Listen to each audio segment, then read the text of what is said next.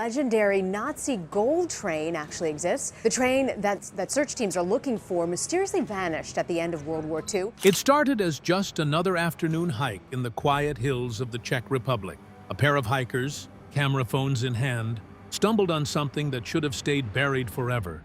Rusted Nazi crates packed with gold bars and war relics. Suddenly, the ghosts of the past weren't just in history books, but, get this, under their feet. Yeah, you heard me. In a world where the last eyewitnesses of World War II are slowly disappearing, this discovery is like time fighting back. But what if I told you this gold was just the start? Because hidden in dusty archives, a Nazi treasure map surfaced in the Netherlands, threatening to flip everything we thought we knew about World War II. The Dutch revelation, maps from the vault. Now, you're probably wondering, why are these Nazi gold stories suddenly popping up everywhere? So, here's the thing. We are seeing these discoveries because countries are finally pulling back the curtain, unlocking secret vaults of old files, and giving the world access to declassified war records. And one of the biggest shockers? It came straight from the Netherlands. In early 2023, Dutch officials did something that made global headlines, but somehow didn't get the attention it truly deserved. They released a map, but not just any map.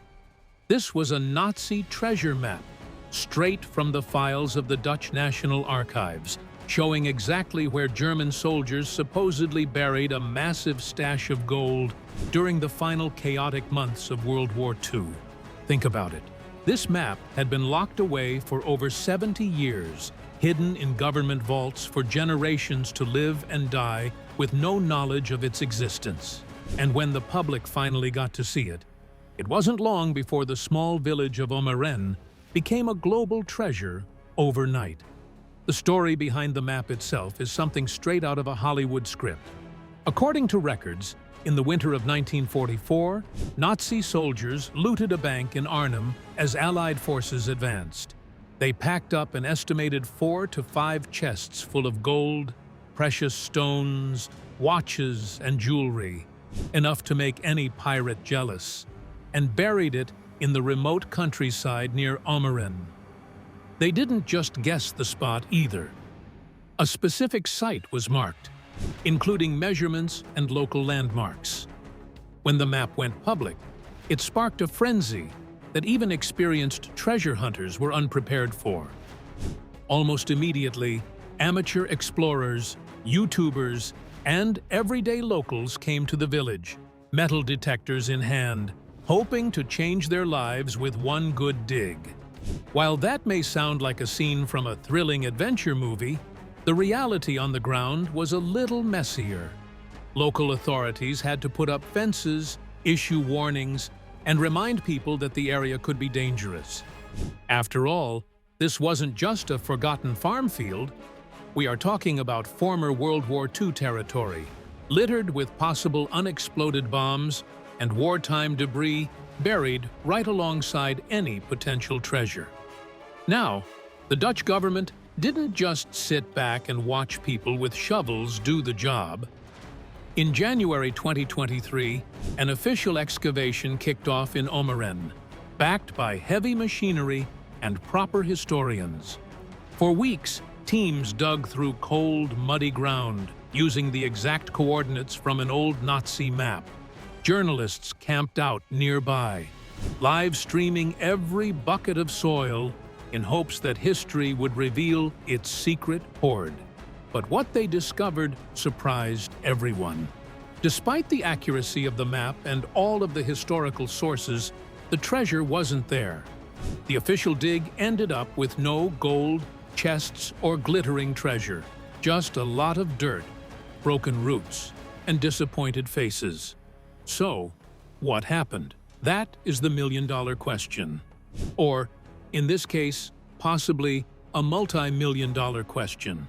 One theory suggests that Allied forces might have already recovered the treasure right after the war, quietly removing it before the map even mattered. Another theory claims locals could have discovered the loot decades ago, but chose to keep it under wraps, avoiding legal trouble. And then there's the possibility that the Nazis returned before the war ended, dug it up, and moved it to a more secure spot as battle lines shifted. Nobody knows for sure. This is what makes the story so interesting. You've got a legit historical map tied to real wartime events, officially verified by National Archives, but no treasure was found. It's as if the past is playing hide-and-seek with the present world, daring people to keep looking. But here's where it gets really interesting. The sudden release of the Amarine map is not some isolated moment. It's part of a bigger trend happening across Europe. Governments are realizing that time is running out. The last eyewitnesses of World War II are in their 90s. Many have already passed away.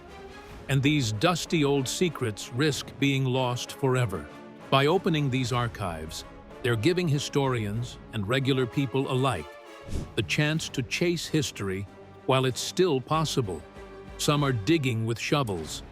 Others are piecing together files and testimonies. And honestly, it feels like the modern-day gold rush. Except this time, the treasure isn't in California or Alaska. It's buried right beneath centuries-old European soil. But this isn't just about treasure. It's about untangling the myths from reality. Some of these stories will end in disappointment, for sure. Others might uncover hidden wealth that changes families or even entire towns. And a few could rewrite chapters of history that were thought to be settled long ago. Because every time a map is released or a vault is discovered, it exposes another breach in the wall that has kept these stories secret for decades. And with technology, satellite imagery, and better equipment, modern treasure hunters stand a fighting chance of discovering answers that the world has never had before. And that's why Amarine matters.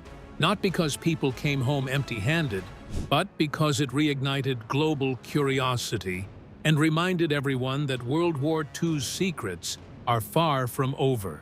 And while Dutch soil continues to be poked and prodded by hopeful explorers, there's another Nazi treasure rumor that refuses to stay buried. This one doesn't sit beneath old farmland. Rather, it's hidden under much darker, colder waters. Lake Toplitz, the Devil's Dustbin. If you thought digging through Dutch farm fields was intense, wait until you hear about this next place. Because while some Nazi treasures were hidden under soft countryside soil, others were dumped in places designed to never give them back. And at the heart of it all, deep in the Austrian Alps, there is one lake with a reputation so sinister that locals still call it cursed. It's cold, it's deadly, and for nearly 80 years, it has kept some of the Third Reich's darkest secrets locked away beneath its black waters. Welcome to Lake Toplitz, Hitler's very own underwater garbage bin. So why was this peaceful-looking lake used as Nazi Germany's final dumping ground? To understand that, we need to talk about one of the weirdest schemes the Nazis ever pulled off, Operation Burnhard. During the final stages of World War II, the Nazi regime realized they couldn't win on the battlefield, so they tried something else. They wanted to crash the British economy by flooding Europe with fake British banknotes. This was a state-sponsored counterfeit operation run by the SS, producing millions of near-perfect fake notes at Sachsenhausen concentration camp. And these weren't just any fake notes. These were so realistic that British banks reportedly struggled to tell the difference. By 1945, the Nazis had printed nearly 134 million pounds in fake currency. That's billions in today's money, created with one goal: to create chaos in Allied economies. But as the war turned against them, panic set in. Hitler's empire was collapsing. Allied forces were closing in, and the people behind Operation Bernhard needed to erase the evidence. So they loaded crates of fake money, printing plates, and documents into trucks and made their way up to Lake Toplitz. dumping everything into the lake's icy depths. Now, this is where it gets creepy. Lake Toplitz isn't just any mountain lake.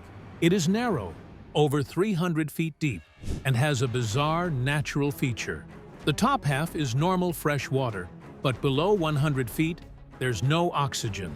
Anything that sinks that far stays preserved for decades, maybe centuries.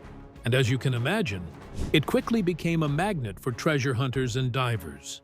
Everyone wanted to know what the Nazis really left behind. Was it just fake money or something more? Gold, artifacts, maybe lost technology? By the 1950s, professional divers were already exploring the lake, and they found what the legends promised: wooden crates packed with perfectly preserved fake British notes.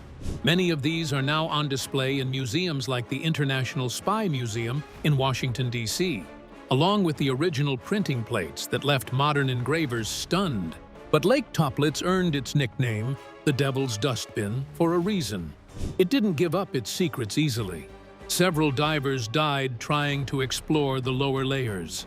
Some got trapped in thick layers of sunken logs. Others vanished into the cold, never resurfacing. Even today, it remains deadly. Scientists have found toxic gases trapped below the logs, and the lake bed is full of sharp wreckage, barbed wire, and rusted metal from decaying war debris. The unique chemical makeup of the lake has also created pockets of pollution. Because of this, governments limit how much of the lake can be explored. Modern treasure hunters need diving permits and full government approval, and must follow strict safety rules. Still, the rumors live on. Stories claim Nazi submarines visited the lake, that gold lies beneath the logs, or that secret weapons were dumped and forgotten. Officially, no gold or secret weapons have been found. Even recent government dives in the 2000s left much of the lake unexplored because it's simply too deep and dangerous.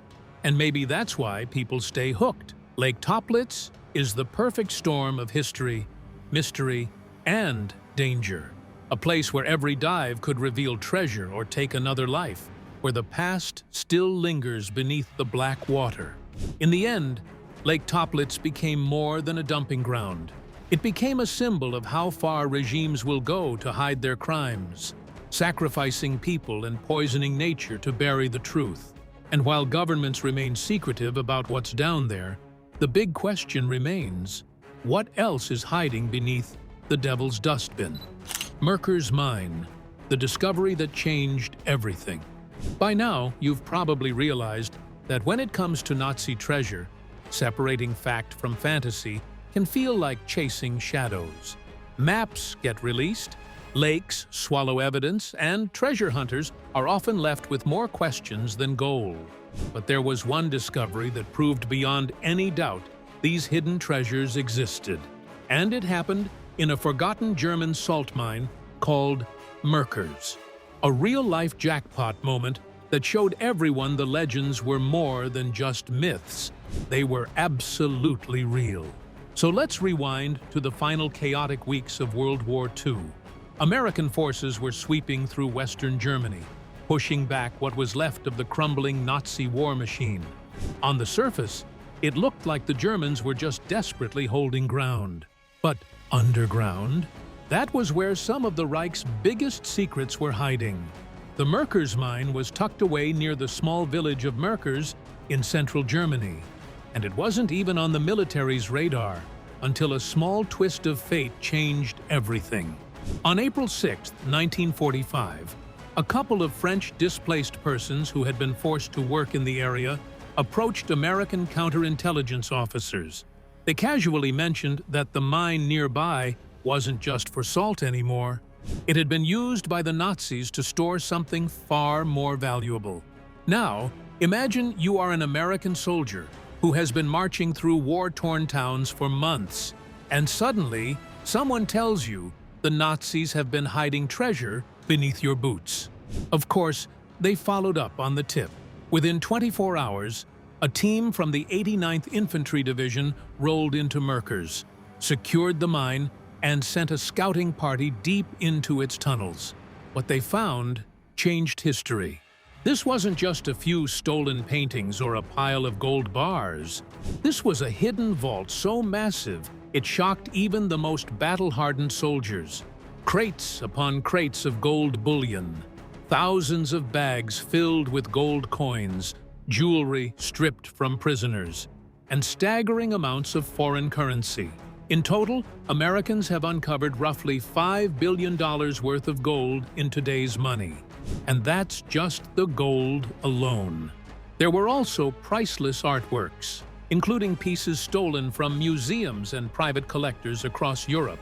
Masterpieces that had vanished during the Nazis' brutal looting campaigns suddenly reappeared, dusty but unharmed, stacked deep in the mine shafts.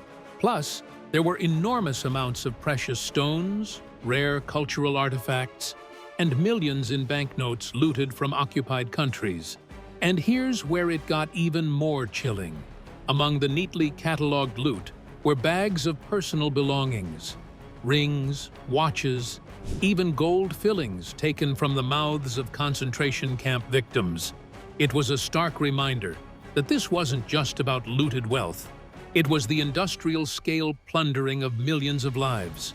To make sure the world knew exactly what had been uncovered, the U.S. Army brought in top brass. General Dwight Eisenhower himself visited Murkers Mine just a few days after the discovery. Alongside him were high-ranking officials from France and Great Britain. They walked through those cold, dark tunnels, personally verifying the scale of what the Nazis had hidden. Every item was meticulously documented. There were detailed inventories, photographs, and written reports cataloging every bar of gold and every stolen artwork.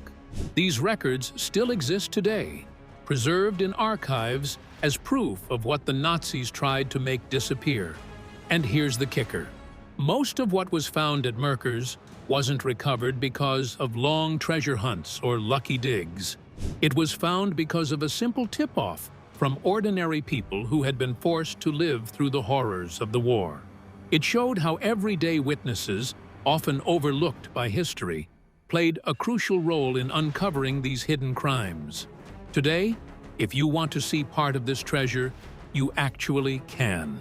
Many of the artworks recovered from Murkers were returned to their rightful owners or displayed in museums across Europe. Some pieces made their way into the U.S. National Archives, where historians and the public can view them. The discovery even helped establish the Monuments Men program, which focused on tracking down and returning looted art in the years after the war. The Murkers Mine became a symbol of two things: proof that the Nazis had vast hidden treasure, and proof that determined investigators could actually find it. It validated every story about hidden Nazi gold that people had whispered about during and after the war. And it showed that for all their attempts to erase their crimes, there were still ways to uncover the truth, even beneath mountains of earth. But here's where it gets really interesting. If the Murkers had this much stolen wealth, if just one mine could hide billions in looted treasure, it leaves one huge question lingering in the air. What else is out there? Because as soon as Murkers was cracked open, attention turned to the next big rumor. A Nazi armored train, packed with gold and weapons, vanished in the forests of Poland, never to be seen again. With Murkers Mine, treasure hunters had proof that the legends were more than just fantasy. It gave the world receipts, it gave historians evidence, and it showed survivors that the world hadn't forgotten their stolen heritage. And with that discovery locked in the history books, people started looking to the east. Because if the Americans found gold under German soil, what really happened to the legendary Nazi gold train? The Polish gold train. Legend or reality? All right, we've seen the hidden gold vaults under German soil. We've seen the cold, murky lakes swallowing up Nazi secrets. But no story has captured modern imaginations quite like the legend of the Nazi gold train. This one isn't just about treasure. It's about mystery, obsession, and the kind of clue hunting that turns ordinary people into full-blown investigators. And here's the wild part. This story refuses to die. It takes us to the dense forests and abandoned tunnels of Poland, around the town of Wałbrzych, where rumors have swirled since the 1940s about a train packed with gold, art, and stolen riches that simply vanished. Legendary Nazi gold train actually exists. The train that search teams are looking for mysteriously vanished at the end of World War II. No tracks, no wreckage, just stories passed down through generations. In the last 10 years, this story hasn't just lingered in books and old campfire tales. It roared back into global headlines. Back in 2015, 2 local treasure hunters claimed they had proof, not hearsay, not stories, actual ground-penetrating radar scans. They said they had found a 70-meter-long train hidden under a hillside near the Kisiąż Castle. Polish authorities didn't dismiss it outright. They secured the site, brought in experts, and even local officials admitted, yes, the radar did show something underground. You've got to picture how big this moment was. The world's media showed up. People flocked to Wałbrzych. Hotels were booked out. Souvenir stands popped up, and the area turned into a mini gold rush. Everyone wanted to be there when the Nazi train was finally pulled from the ground. But when the actual digging happened in 2016, reality hit. The train wasn't found. There were some underground anomalies, nothing more. That should have been it, right? Case closed, back to reality? Nope, because in 2025, the story flared back up again. A new letter surfaced, allegedly written by a German officer in the final days of the war, claiming to have witnessed the transport of looted cargo into the Project WWII tunnels, an elaborate secret Nazi underground complex dug into the Owl Mountains, not far from Wałbrzych. What makes this letter different is that it didn't just mention gold. It described trucks carrying valuables, guided into concealed entrances, with orders to blow the tunnels shut. This wasn't casual dumping. This was a deliberate attempt to hide something valuable forever. And the timing is no coincidence. This year marks 80 years since the end of the war, and under Polish law, sealed documents from that era have started getting declassified. That's why fresh evidence is suddenly popping up after decades of silence. And if you're wondering why people are still chasing this, well, history has shown there's often truth behind these legends. After all, local tips led to the Murkers Mine discovery. Those Austrian lakes? Divers pulled up Nazi counterfeiting equipment. So the gold train keeps attention because impossible stories have come true before. Let's talk about the Project WWII tunnels. These weren't just bunkers or storage spaces. This was one of the Third Reich's most ambitious projects, dug using forced labor from concentration camps, with the goal of building underground command centers, weapons factories, and possibly even secret railway stations. The tunnels stretch for miles, with sections still uncharted to this day. Some have been mapped, others remain too unstable or dangerous to explore. It's the perfect place for a legend to thrive. Technology keeps dragging this story back into the spotlight.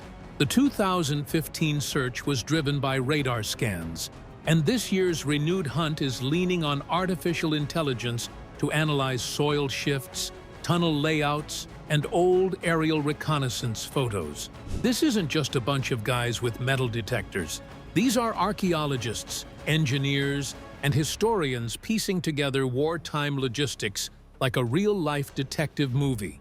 In Poland, the gold train story taps into national memory, decades of occupation, looting, and secrets buried beneath the land. Every new clue isn't just about gold bars. It's about closure and history. Some skeptics call it wishful thinking, but for local officials, it's unfinished business. And it's not just treasure hunters paying attention.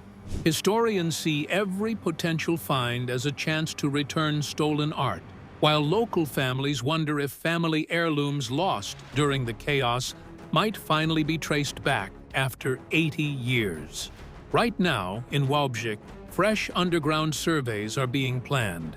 Teams are assembling for a new excavation, and local museums are refreshing exhibits, expecting tourist interest. 80 years after the war, the gold train remains elusive, but not forgotten. The forests still whisper secrets, and the tunnels hold their ground. Whether fact, fantasy, or a mix of both, this story refuses to be buried. The vanished treasures, Ramls Gold and the Amber Room. All right, we've talked about hidden bunkers, gold mines, lost trains, but some Nazi treasures didn't just get buried. They literally vanished into thin air. And these two stories, they are in a whole different league. We're talking about gold that was looted, moved, and then gone. And a priceless room of art that disappeared without leaving a single trace behind. This is where things cross from buried treasure into full-blown mystery. And honestly, it gets seriously addictive. Let's start with Ramls Gold, or at least what people call Ramls Gold. Quick heads up, this treasure doesn't actually have much to do with Field Marshal Erwin Rommel himself. The real mastermind behind this story was Walter Ruff, a Nazi officer stationed in Tunisia in the early 1940s. Ruff wasn't just any officer. This guy had a brutal history, including inventing mobile gas vans, and in North Africa, he had control over confiscating Jewish property. Basically, if it had value, Ruff's men grabbed it. In 1943, when it became clear the Allies were closing in on Tunisia, Ruff is believed to have ordered the looting of gold, jewels, and valuables from Jewish families and businesses. Estimates mention over 6 tons of treasure being loaded up. The original plan was to ship this hoard to Italy, then Germany. But here's where it gets interesting. The ship carrying this gold either disappeared, or the cargo was unloaded in secret before the Allies arrived. After that, nothing. Total silence. Decades later, rumors exploded. People whispered about gold buried in the Tunisian desert, in mountain caves, or hidden in old bunkers. Expeditions have tried to track it down. Some hunters claim to have found traces, old German uniforms, weapons, and even abandoned storage rooms, but no gold. The authorities have gone back and forth. Even the Tunisian military got involved at some point, blocking off certain regions when searches got too intense. Just last year, new satellite images allegedly showed suspicious ground disturbances in desert areas long believed to be treasure hotspots. But again, no one has actually found the gold. The frustrating thing? This isn't a myth that can be dismissed easily. The documents proving the loot existed are there. Witness testimonies are there, but the treasure itself remains hidden. That's why Ramls Gold remains one of the most seductive missing treasure stories, because it's a real historical crime with a vanishing act that feels straight out of a heist movie. And speaking of vanishing acts, if you thought Ramls Gold was wild, wait until you hear about the Amber Room. This isn't just treasure. This was an entire room made of carved amber panels, gold leaf, and stunning mirrors. Originally created in Prussia back in the 17th century, people called it the 8th wonder of the world. That's how breathtaking it was. But during World War II, it was looted by the Nazis and then just disappeared. Here's how it went down. In 1941, after Germany invaded the Soviet Union, Nazi troops dismantled the Amber Room from the Catherine Palace near St. Petersburg, which was then called Leningrad. They packed it into 27 crates and transported it to Königsberg, in what is now Kaliningrad, Poland. For 3 years, the Amber Room was displayed in a castle museum there. But as the tide of war turned and Soviet forces advanced, the Nazis removed the room in a hurry, and that's the last confirmed sighting of it. After that, it's like the earth swallowed it whole. Some believe it was destroyed in bombing raids on Königsberg. Others think it was secretly shipped out by sea, possibly sunk with the Wilhelm Gustloff or other evacuation ships. Some say it was hidden in salt mines. in bunkers, in mountains, or smuggled into private collections. The Soviet Union spent decades investigating, and Germany still has open investigations.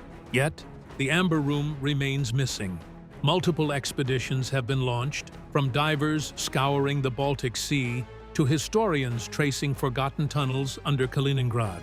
In 2017, Polish researchers said they found evidence of a hidden chamber in the Murkers bunkers, supposedly large enough to hide the Amber Room. They drilled, sent in cameras, and it turned out to be empty. People don't give up. From the 1950s to now, fragments of the Amber Room have surfaced. One mosaic panel was recovered from a German soldier's estate in Bremen. A matching piece turned up in Western Germany in 1997. In 2024, new eyewitness accounts popped up, saying Nazis loaded crates at the Königsberg port days before the castle was bombed. People are now back to searching the seafloor again. Why does it matter? Why, after 80 years, do people still chase these lost treasures? It's not just about gold or art. It's about unfinished history. Ramls Gold symbolizes stolen lives and justice delayed. The Amber Room stands for cultural loss on an unimaginable scale. Every expedition isn't just about finding loot. It's about reclaiming lost chapters of history. There's also this raw thrill. You've got real historical records, genuine eyewitness accounts, and yet the actual treasures seem to have slipped through time's cracks. It's the mystery that keeps people digging, diving, and searching decade after decade. As of this year, both cases remain unsolved. The deserts of Tunisia still hide their secrets, and the waters around Kaliningrad are being probed by treasure hunters and historians. With declassified files becoming more accessible and technology like sonar and ground-penetrating radar improving, many believe we are closer than ever to solving at least one of these mysteries. Some Nazi treasure stories give us solid proof: gold in mines, counterfeit currency in lakes, lost trains traced on radar. But these vanished treasures sit at the intersection of history and myth, with enough facts to keep hope alive but just enough gaps to drive you crazy. And as we race against time to recover what's left before nature or development swallows it forever, one big question lingers. Are we prepared for what happens after the discovery? Because history doesn't stay buried forever. Let me know in the comments. If you stumbled on a crate of Nazi gold tomorrow, would you turn it in or keep it hidden forever?